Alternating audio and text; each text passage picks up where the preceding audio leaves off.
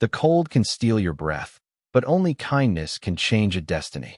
The wind sliced through downtown Chicago like broken glass, chasing loose snow across the empty sidewalks as if winter itself had decided no one belonged outside after midnight.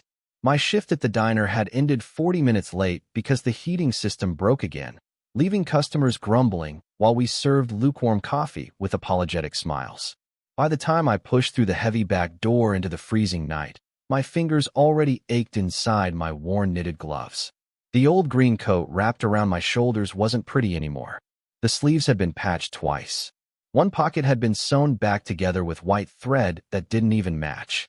But it was warm, and after saving for months to pay my mother's medical bills, warm was all I could afford. My name is Emily Carter, and at 26 years old, I had learned that life rarely gave second chances. It gave responsibilities instead. Every dollar I earned disappeared before I could even enjoy holding it. Rent, medicine, groceries, gas. Then somehow another bill always arrived before the last one was forgotten. Still, I smiled. Maybe because smiling cost nothing. Maybe because my mother always said people carrying heavy hearts deserve to see one friendly face before the day ended. Snowflakes landed softly against my cheeks as I hurried toward the bus stop 3 blocks away. The city looked strangely peaceful beneath fresh snow, the traffic quieter than usual, storefront lights reflecting across icy sidewalks like scattered diamonds. My boots were beginning to soak through when I noticed something unusual ahead. At first, I thought it was just another pile of snow gathered beneath the bus shelter. Then it moved. A tiny figure sat curled against the metal bench, knees tucked tightly against a thin pink sweater that offered almost no protection from the brutal cold. She couldn't have been older than 7.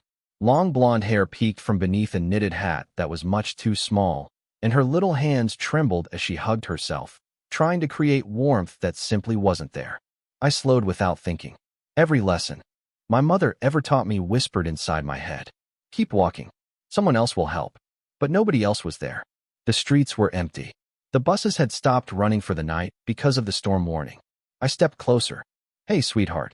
My voice came out softer than I expected. Are you okay? The little girl looked up with enormous blue eyes that seemed almost too bright beneath the falling snow. She didn't cry. She didn't panic. She simply smiled a tiny, exhausted smile that somehow made my heart hurt even more. Daddy told me to stay here, she whispered. He said he'd come back really fast. I glanced around the deserted intersection. No cars. No adults. No sign that anyone had been here recently. How long have you been waiting? She shrugged. A long time, I think. Her lips were beginning to turn pale from the cold. My stomach tightened. Whoever her father was, something had clearly gone wrong. Maybe his car had broken down.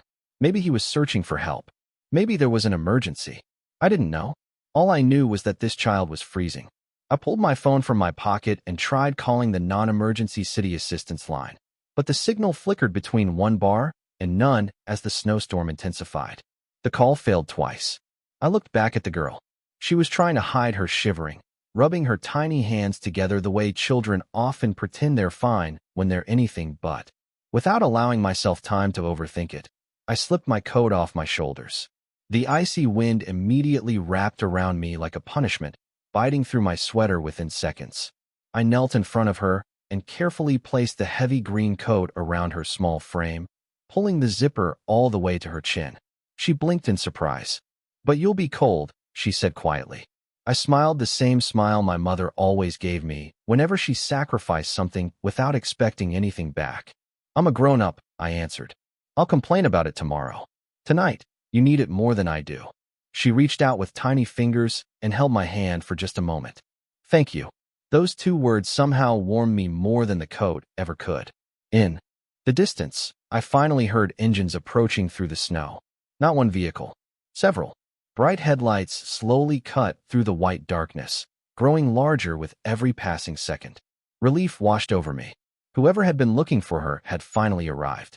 I squeezed her hand once more, stood before anyone could ask questions, adjusted my backpack, and quietly walked away into the storm without looking back, never noticing that inside the first black SUV, a man covered in tattoos from his neck to his hands had just stepped out, his terrified eyes finding the little girl wrapped inside a patched green coat that definitely did not belong to her. I did not see the convoy that stopped behind me. I did not see the men stepping out into the snow. I did not see the father whose heartbeat finally slowed the moment his daughter wrapped both tiny arms around his waist. I was already halfway to the subway entrance, shivering so hard that my teeth clicked together with every gust of wind. The cold felt sharper without my coat, slipping through my sweater as though the fabric no longer existed. I wrapped my arms around myself and kept walking because there was no point regretting a choice that had already been made. Somewhere behind me, little Lily Blackwood buried her face against her father's chest. "Daddy." Her voice cracked with relief. Damian Blackwood dropped to one knee without caring that the expensive fabric of his tailored black coat landed in fresh snow. His tattooed hands, covered in intricate black ink stretching from his fingers beneath his sleeves and disappearing beneath the collar around his neck, gently checked her face, her hands, her breathing. For a man feared by half the city, his touch with his daughter carried nothing but quiet tenderness. "Are you hurt?" he asked softly. Lily shook her head. "I was cold." His jaw tightened with silent guilt. The unexpected road closure had forced his security detail to reroute while he searched the nearby streets himself after Lily wandered away, chasing a frightened puppy that disappeared into the storm. It had only taken minutes for them to lose sight of her, but to Damien, those minutes had felt like hours. Then he noticed the oversized green coat wrapped around her. It was worn, patched, clearly loved for many years. It certainly did not belong to his daughter. He looked at the nearest bodyguard. Who gave her this? Before the man could answer, Lily smiled through tired eyes. "A nice lady." Damien looked around the empty street. Snow erased footprints almost as quickly as they formed. "Where did she go?" Lily pointed toward the distant subway entrance where only a few bundled figures remained visible. "She was cold too." Damien frowned. "She gave you her coat?" Lily nodded. "I told her she needed it, but she said grown-ups can complain tomorrow." Damien fell completely silent. Those words echoed somewhere deep inside him, reaching a place he had not visited in years. He had spent most of his adult life surrounded by people who wanted something. Money, protection, influence, favors, loyalty purchased with fear. Kindness without expectation had become so rare that he almost forgot it existed. He carefully zipped the old green coat higher around Lily's chin. The faint scent of lavender drifted from the fabric, mixed with coffee and winter air. It smelled ordinary, honest, like someone who worked long hours and never complained about it. Lily slipped one small hand into the pocket and pulled out a folded receipt by accident. Damien accepted it gently. The paper was damp but still readable. A diner receipt from only an hour earlier. The employee name printed near the bottom read Emily. Nothing else. No last name. No address. Just Emily. One of his security officers quietly stepped forward. "Sir." Damien kept staring at the little receipt. "Find her." The man nodded immediately. "We have only a first name." Damien carefully folded the paper and slipped it into his wallet as though it were something valuable. "Then begin with the diner." Another guard hesitated. "Should we offer a reward announcement?" Damien slowly shook his head. "No." "Why not, sir?" He looked once more toward the subway entrance that had already disappeared behind falling snow. "Because anyone who gives away her only winter coat to protect a stranger is probably not the kind of person who helps for money." Lily tugged gently on his sleeve. "Daddy." He looked down. "Can we give her another coat?" Damien smiled, a sight so rare that every member of his security team noticed immediately. "Yes." Lily smiled wider. "A pretty one." He brushed a snowflake from her hair. "As many as she wants." His expression grew thoughtful again. "If she lets us." Meanwhile, I finally reached the subway platform, my hands nearly numb as I rubbed them together while waiting for the train. The heater inside the station barely worked, but it felt luxurious compared to the wind outside. I never imagined that somewhere across the city, a man whose name filled newspaper headlines and whispered conversations had just begun searching for someone he had never even seen. I only hoped the little girl was finally warm. The next morning began exactly the way most mornings did. My alarm rang at 5:30, long before the sun climbed above the frozen skyline, and I reached for it with hands that still felt stiff from the night before. The apartment was quiet except for the familiar cough coming from my mother's bedroom. That sound had become my real alarm clock months ago. I slipped out of bed, wrapped a faded blanket around my shoulders, and started the coffee maker while oatmeal simmered on the stove. The heat inside our tiny apartment barely kept up with the January air sneaking through the old windows, but somehow it still felt warmer than the streets outside. My mother smiled weakly when I carried breakfast into her room. "Where is your coat?" she asked immediately. I tried to sound casual. "I left it behind helping someone." She studied my face for a long moment before gently squeezing my hand. "Then it went to the right person." That was all she said. She had always believed kindness had a way of finding its way home again. I wished I shared her confidence. After making sure she had taken her medication, I layered 2 old sweaters together and walked the mile to the diner because I could not afford another winter coat yet.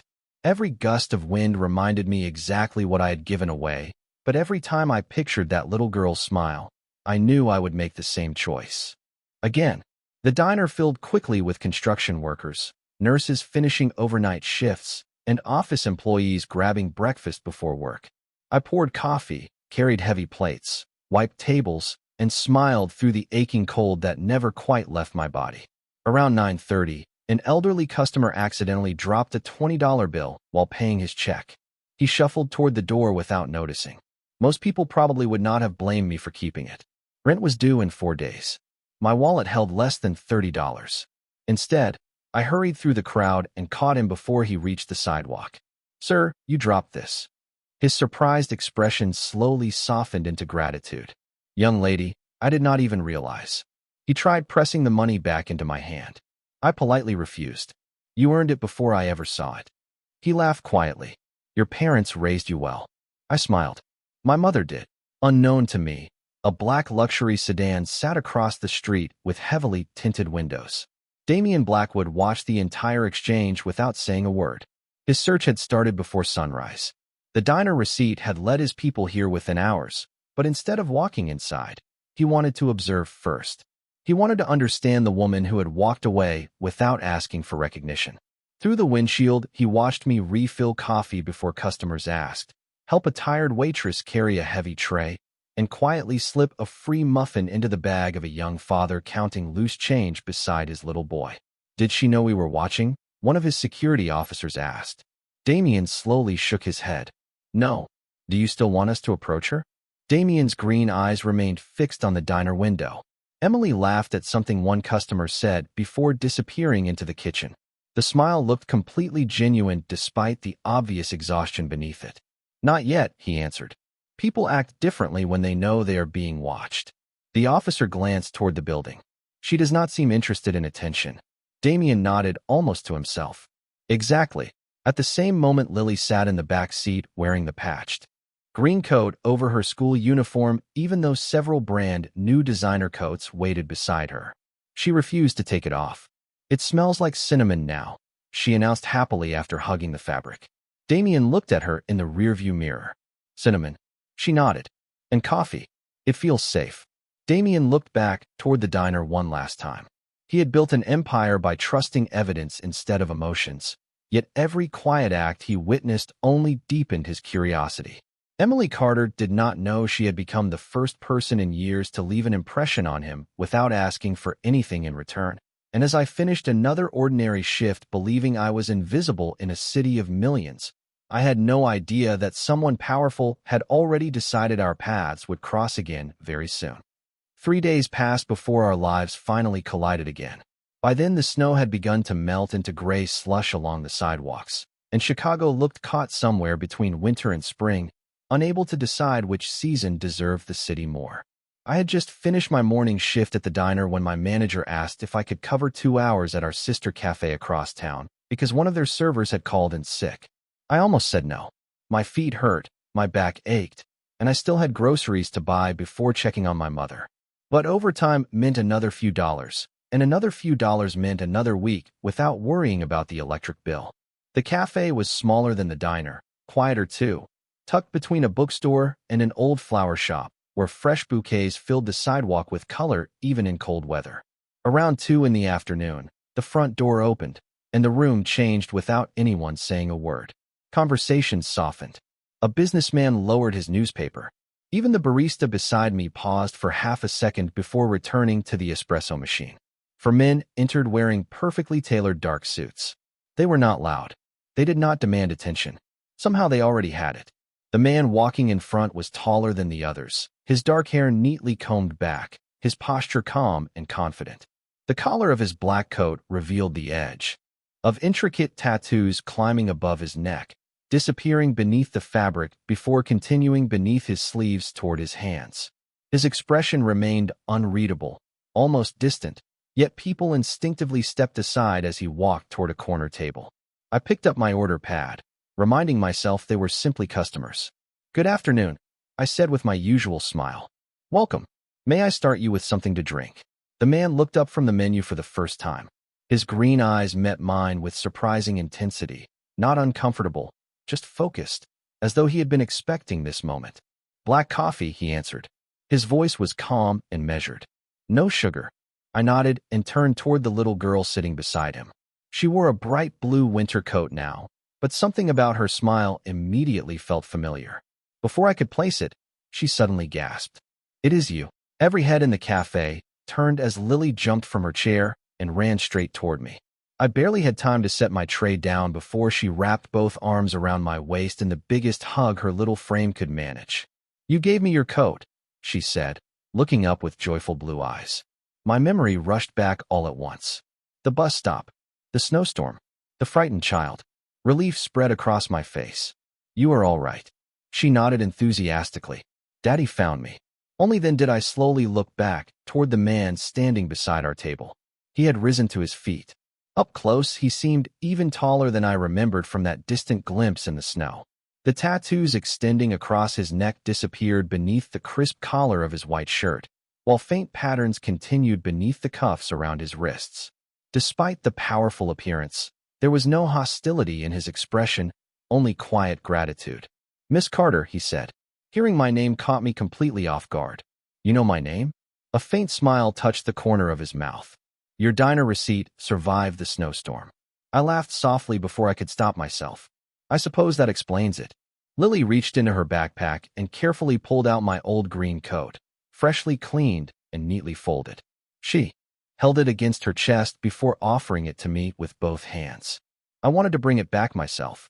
I accepted it gently, running my fingers across the familiar patched sleeve. Somehow it looked newer than when I had last seen it. "Thank you," I whispered. Lily leaned closer. "Daddy said kind people should never lose their favorite coat." I smiled at her before looking toward Damien again. "You really did not have to find me just for this." He held my gaze for a quiet moment. "I disagree." The cafe seemed to disappear around us. Cups clinked in the background. Soft music drifted from hidden speakers. Outside, people hurried past without realizing how completely one ordinary afternoon had changed. Damien spoke again, his voice lower now. "Some debts cannot be measured in dollars." I shook my head gently. It was never a debt. His expression softened in a way that seemed almost unfamiliar to him. "That," he replied, "is exactly why I needed to thank you in person." After my shift ended, I expected the afternoon to return to normal. I thought I would take the bus home, stop by the pharmacy for my mother's prescription, and spend the evening balancing bills at our tiny kitchen table. Instead, Damien Blackwood stood beside the cafe window while Lily happily stirred whipped cream into her hot chocolate as though we had known each other for years. "Please," Damien said quietly, "allow me to buy you a cup of coffee before you leave." I hesitated. Every sensible part of my mind told me to politely decline. Men dressed like him did not appear in my world, and people with that kind of quiet authority usually expected something in return. Still, Lily looked at me with hopeful eyes that were impossible to disappoint. "Just one cup?" I finally agreed. We moved to a small table near the window.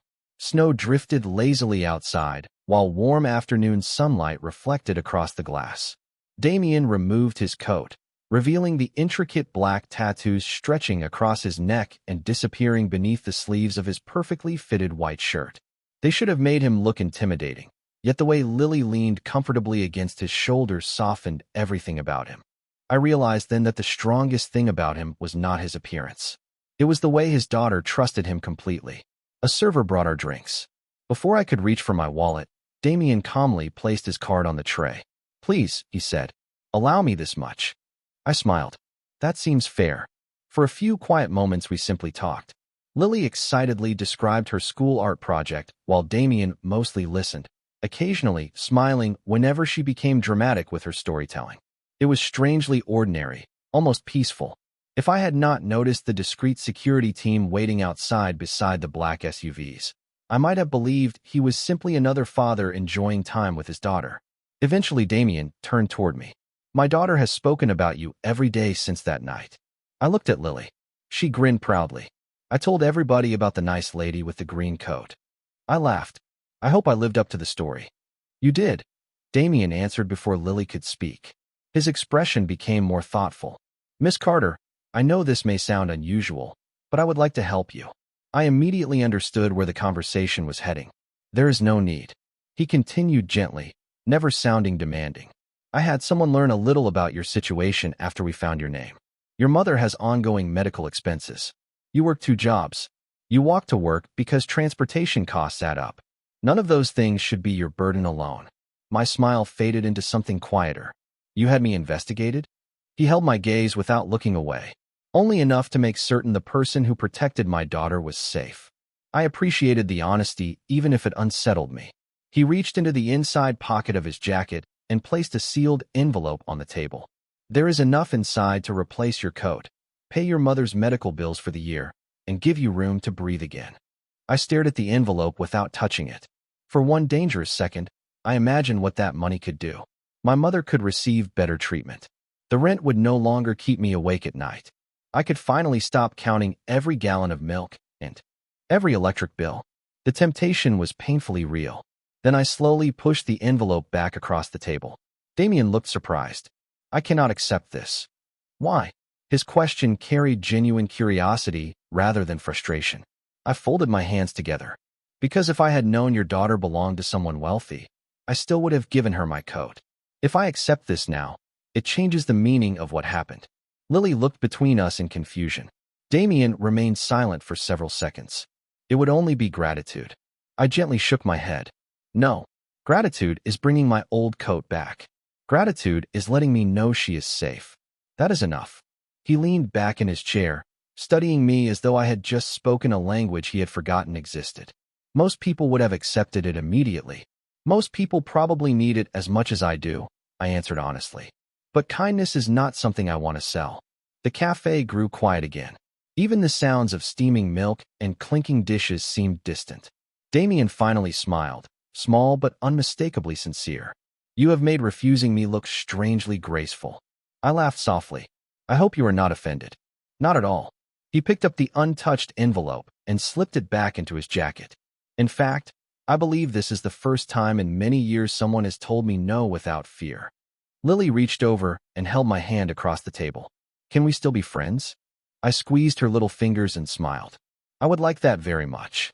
As we stood to leave, Damien opened the cafe door for me himself, ignoring the surprised looks from his security team waiting outside. Before I stepped onto the sidewalk, he spoke one sentence that lingered in my thoughts long after we walked in opposite directions. Miss Carter, I will respect your answer today, but I have a feeling life is going to give me another chance to repay your kindness.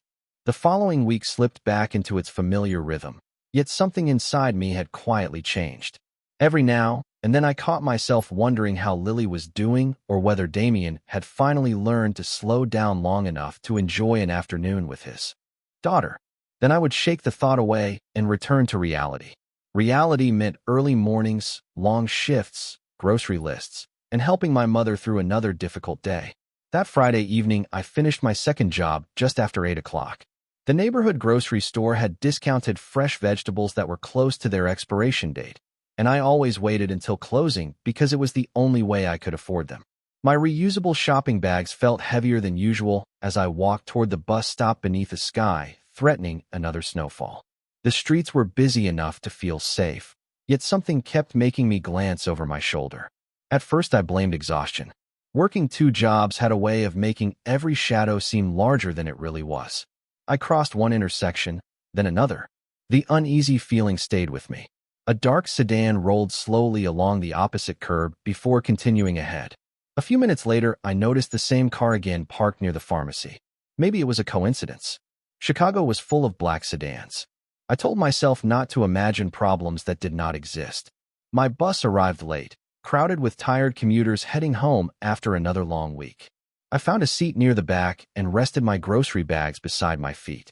As the city lights blurred beyond the windows, I finally allowed myself to relax. 20 minutes later, I stepped off near my apartment. The familiar streets looked quieter than usual. Porch lights glowed softly through the cold evening, while distant traffic hummed somewhere beyond the neighborhood. I had almost reached my building when I heard someone call my name. "Miss Carter." I turned. A well-dressed man in his 40s stood several yards away beside a silver SUV. His smile appeared polite enough. "You dropped something." He held up what looked like a leather wallet. I instinctively checked my coat pocket. My wallet was still there. "I do not think it is mine," I replied. "Are you Emily Carter?" My stomach tightened. "Yes." "Excellent. I represent a charitable foundation that would like to speak with you about your recent act of kindness. It will only take a few minutes." Every instinct told me. Something felt wrong. Nothing he said was threatening, yet his words sounded rehearsed, almost too careful. I took one small step backward instead of forward. "I appreciate it, but I need to get home. My mother is waiting for me." His smile remained unchanged. "We can drive you. It will not take long." "No, thank you." I tightened my grip on the grocery bags and continued walking. Behind me, I heard another car door close. Then footsteps. Not running, simply following at a measured pace. My heartbeat quickened. I reached into my pocket for my phone and realized the battery had finally died after another double shift. Of course it had. I kept walking toward the apartment entrance where the porch light glowed like a tiny beacon. The footsteps continued behind me, never speeding up, never falling farther away. Just close enough to remind me they were still there. Before I reached the front gate, another vehicle slowly turned the corner. This one I recognized immediately. A black SUV with dark tinted windows. It came to a smooth stop between me and the silver vehicle without blocking traffic or causing any scene. The rear passenger door opened. Damian Blackwood stepped onto the sidewalk wearing a charcoal overcoat over his white shirt. The familiar tattoos climbed above his collar and disappeared beneath neatly buttoned cuffs at his wrists. His expression remained calm, but his green eyes moved from me to the strangers behind me in one quiet sweep that seemed to measure everything at once. The well-dressed man instantly stopped walking. Damian spoke without raising his voice. "Miss Carter." I looked at him in complete surprise. "What are you doing here?" He answered with quiet honesty. "I was on my way to ask whether Lily could invite you to her school art exhibit tomorrow." His eyes shifted briefly toward the silver SUV before returning to mine. It appears my timing was fortunate. I followed his gaze. When I looked back toward the strangers, they were already returning to their vehicle without another word.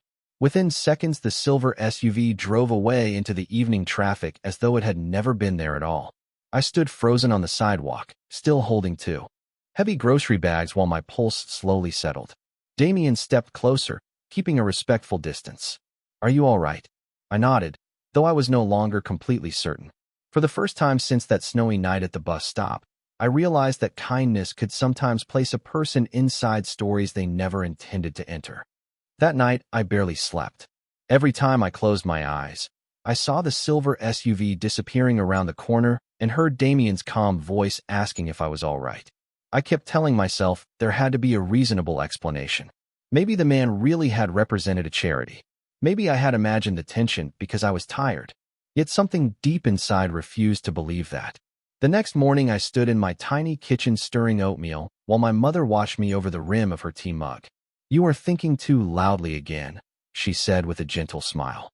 I laughed despite myself. "Is it that obvious?" "Only to mothers." I told her everything. The stranger. The questions. Damian arriving at exactly the right moment. She listened quietly until I finished. "Do you trust him?" she finally asked. I stared out the frosted window. "I do not know him well enough to answer that." She nodded. "Sometimes trust begins before certainty." Those words stayed with me as I left for work. Around noon, my phone buzzed with an unfamiliar number. For a moment, I considered ignoring it, but curiosity won. "Hello, Miss Carter." Damian's voice carried the same steady calm I remembered. "This is Damian Blackwood. I hope I am not interrupting your day."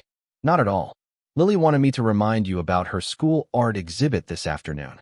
She has spoken about nothing else since yesterday." I smiled without realizing it. She really remembered? She insisted that if you did not come, she would spend the entire afternoon watching the entrance instead of her paintings. I laughed softly. That sounds like her. There was a brief silence before he added, "There is no pressure. I simply wanted you to know you would be welcome." I looked at the clock. My shift ended in 40 minutes. I think I can make it. Lily's elementary school looked exactly like every neighborhood school should. Bright murals decorated the hallways. Children's laughter echoed through classrooms. Handmade paper snowflakes still hung from the ceiling even though spring was slowly approaching. For the first time since meeting Damien, I saw him somewhere completely ordinary. He stood beside a display board wearing a dark sweater instead of a suit jacket, the tattoos climbing across his neck still visible, but somehow less intimidating beneath the warm afternoon sunlight streaming through the windows. Parents greeted him politely. Teachers smiled at Lily as she ran between colorful paintings, proudly explaining each one to anyone willing to listen. There were no black SUVs parked outside the entrance this time. Only family cars and bicycles. Lily spotted me almost immediately. "Emily." She raced across the hallway and hugged me so tightly that several parents smiled as they watched. "You came. I promised we were friends, remember?" She nodded enthusiastically before grabbing my hand and pulling me toward a table covered with drawings. "This one is my favorite." I looked down. The picture showed a snowy bus stopped beneath a sky filled with oversized snowflakes. A little girl stood wrapped inside an oversized green coat, while another woman smiled beside her. Off in the distance stood a tall man reaching toward them. Above the drawing, written in careful second-grade handwriting, were the words, "Kindness keeps people warm." My eyes stung unexpectedly. "It is beautiful," I whispered. Lily beamed with pride. "Daddy likes this one too." Damien stepped beside us. "It is already framed in her bedroom." I looked at him. "She is very talented." "She gets that from her mother," he answered quietly. I noticed the softness in his expression change ever so slightly. "She passed away 4 years ago." My smile faded into sympathy. "I am so sorry." He nodded once. "Thank you." No dramatic speech followed. No attempt to change the subject. Just quiet honesty shared between two people standing in a school hallway while children laughed nearby. Later, as the exhibit ended, Lily ran off to say goodbye to her teacher. Damien and I remained near the entrance watching. Her wave excitedly to her classmates. "Yesterday was not a coincidence," he said after a long silence. I turned toward him. "The people who approached you were not from any charity." My stomach tightened. "Who were they?" He looked toward the parking lot before answering. "I am still trying to find out. What matters is that until I do, I would rather know you arrive home safely each evening." I frowned gently. "You want to have someone follow me?" "Protect you," he corrected quietly. "Only if you allow it." I studied his face. There was no arrogance, no demand, only concern that seemed strangely personal. For the first time, I realized the man everyone feared was asking for my permission instead of assuming he already had it. And somehow that simple choice made me trust him a little more than I had the day before. Over the next 2 weeks, life settled into an unexpected routine that felt almost impossible to explain to anyone outside it. Every evening after my shift, a familiar black SUV appeared somewhere nearby, never close enough to make me uncomfortable and never so obvious that neighbors would ask questions. Sometimes I noticed it parked across the street while I waited for the bus. Other times it simply drove slowly behind me until I reached my apartment building before disappearing into traffic again. Damien had kept his promise exactly as he had made it. His people never spoke to me unless I greeted them first. They never followed me into stores or interrupted my work. They simply remained close enough that I no longer glanced nervously over my shoulder every few minutes. One Saturday afternoon, Lily convinced her father to invite my mother and me to a small community fundraiser at the children's library. It was nothing extravagant. Local families donated books, volunteers served hot chocolate, and children spent the afternoon reading stories beneath colorful paper decorations hanging from the ceiling. I almost did not recognize Damien when he walked through the front doors wearing dark jeans and a charcoal sweater instead of his usual tailored suits. The tattoos climbing across his neck and disappearing beneath his sleeves remained impossible to ignore, but surrounded by laughing children, he somehow looked less like an untouchable businessman and more like a father trying very hard to give his daughter an ordinary childhood. Lily immediately pulled me toward the craft table where she had already covered half a page with colorful markers. Emily, help me draw another winter picture. I laughed as I sat beside her. Are you ever going to stop drawing snow? No, she answered seriously. Because that is when we met. Across the room, my mother had settled into a comfortable chair beside Damien, with steaming cups of tea resting between them. I watched from a distance as they talked quietly.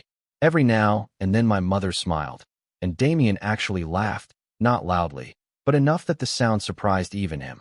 Later, while Lily joined a group of children decorating bookmarks, my mother gently squeezed my hand. Would you excuse us for a minute? She asked. I nodded and wandered toward a nearby bookshelf where Damien stood looking through children's novels. My mother likes you, I said with a smile. He looked up.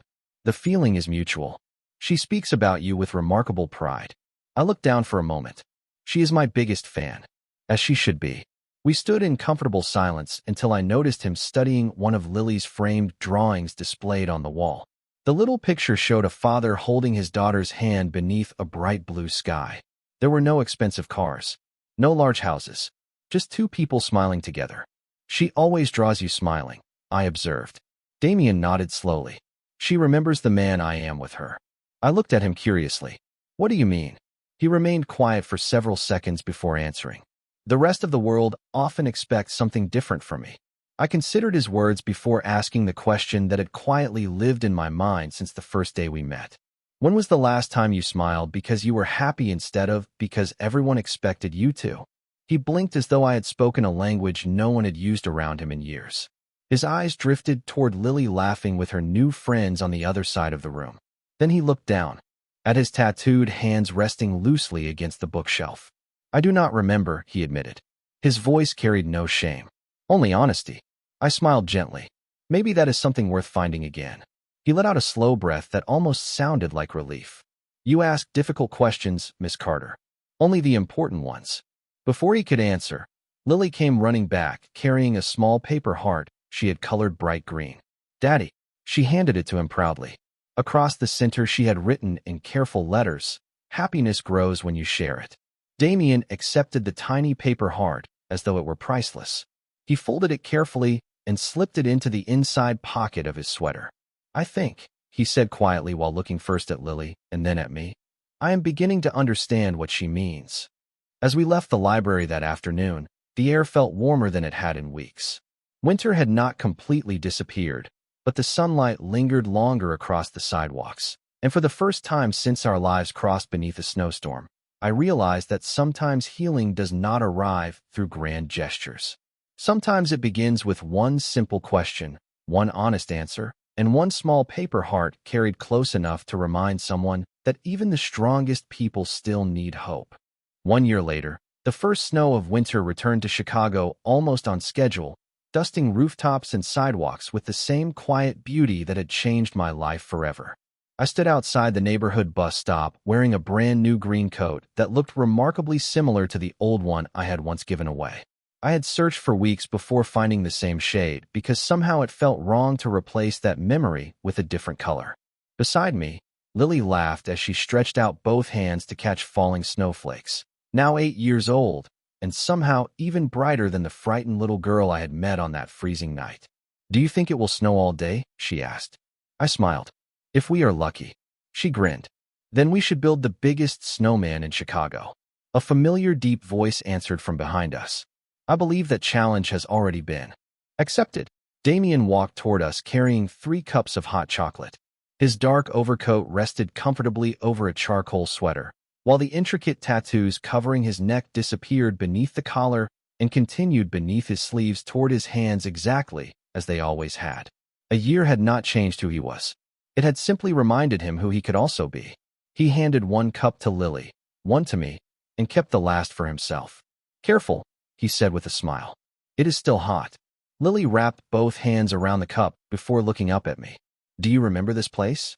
I laughed softly. I could never forget. She looked toward her father. Daddy remembers too. Damien reached into the inside pocket of his coat. For a moment, I expected another folded envelope or perhaps one of Lily's drawings.